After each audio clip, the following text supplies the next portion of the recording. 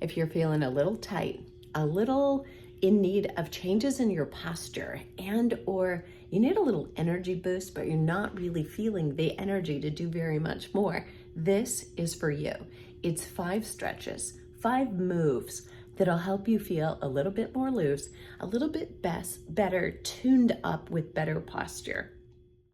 The first one here is a bridge. Lie down on the floor on your back. Put your heels close enough you can touch them with your fingertips, and then simply lift the hips up. Now, the important piece is that that hip flexor is really open, but also you want to curve in your neck. So weight is in the center of your head, not chin to the chest. So even slide your fingers under there, double check. Right now, my palms are down and open, and that's an important distinction. You want to open up your shoulders and your chest here. I'm going to show you another version, but for now, just release this, let it go. When you come up this time, I'm going to reach the hands under and collapse them, and that opens the chest even further. But I want you to really be pushing down through your wrist, your palms, your whole arm. So again, you're opening up, and remember, weight, center of your head. So you've got a curve in the neck, and you're actually using those muscles that get passively stretched by forward head when we're texting, looking down at our phones and computers. Just hold that, but be sure you're breathing. You can let go of that. Bring yourself back down. Repeat that as many times as you like if it feels good. Number 2, lie on your side, and we do what's called clams.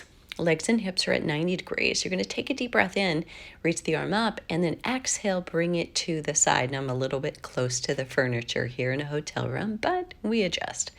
Inhale, reach up, and then exhale and close.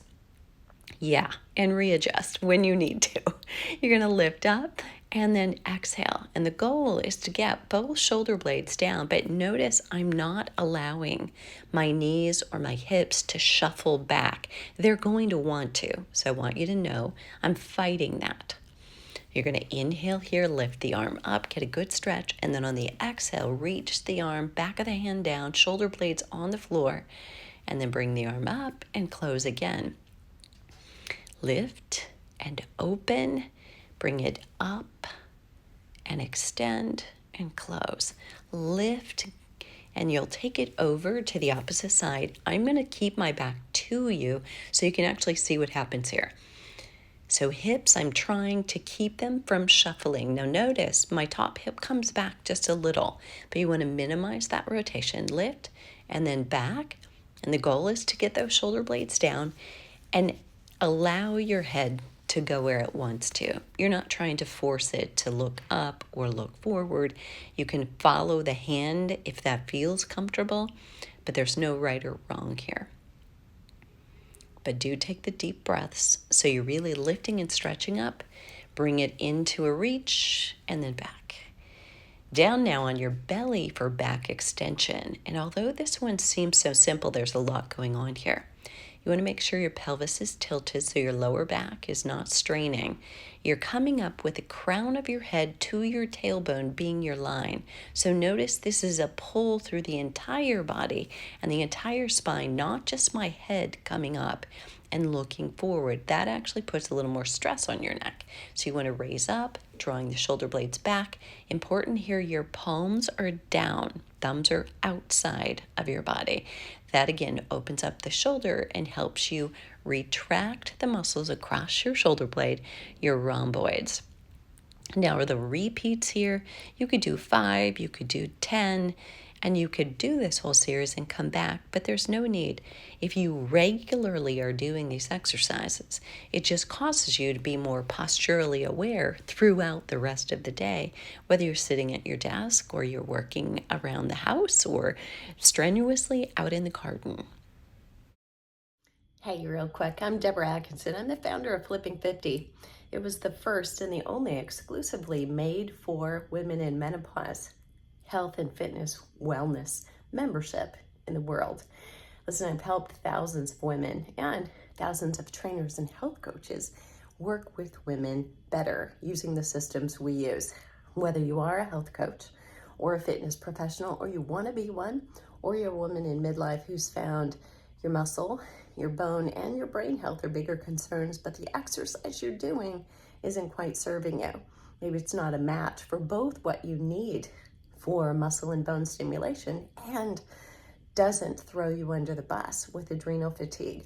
We dance that dance very well at Flipping 50.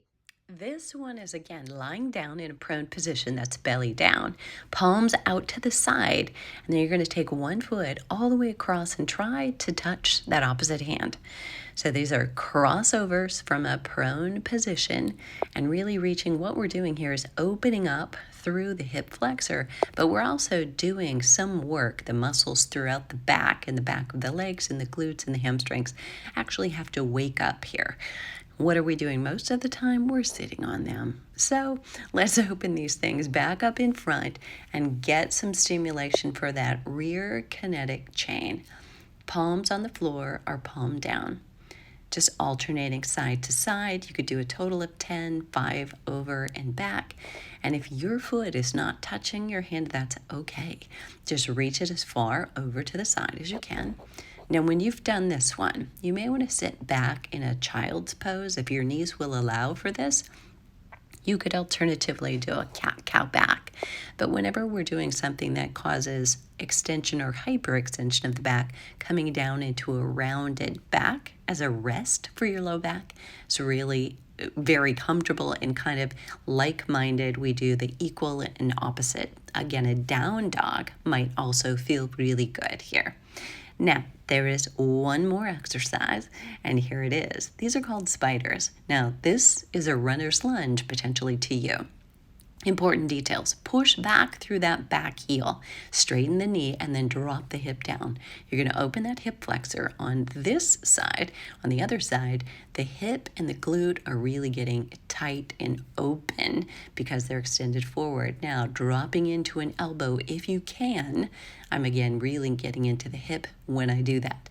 So it's a step forward, putting the hands close enough to the instep you feel in balance, pushing back through the heel, strong leg, and then get that rotation through the spine. So much going on in this stretch. But you can hold it. There's no need to move quickly. Drop the elbow down if you can, and pay attention. Is that easier to do on one side than the other? Let's do it again one more time together. Feel free to repeat it on your own. Reaching up, and then drop this forearm down to the ground right next to your foot. Hold on to that. That hip you're beside is going to feel a deep open stretch. Hold here, long spine, rotate up. Look at those hands. Bringing it back down to the elbow if you can. Good. And just holding for a few seconds. And you could repeat that again, maybe 5 times on each side total. And then come out of it when you feel the need or you're ready. Okay, we're going to repeat it again. And then coming down to the elbow. You may notice that if you're doing the 3rd or the 4th, that you begin to loosen up. And if you do these regularly, your hips actually cooperate a little bit more and begin to feel better through every other activity that you do because they've got the mobility in them that they needed.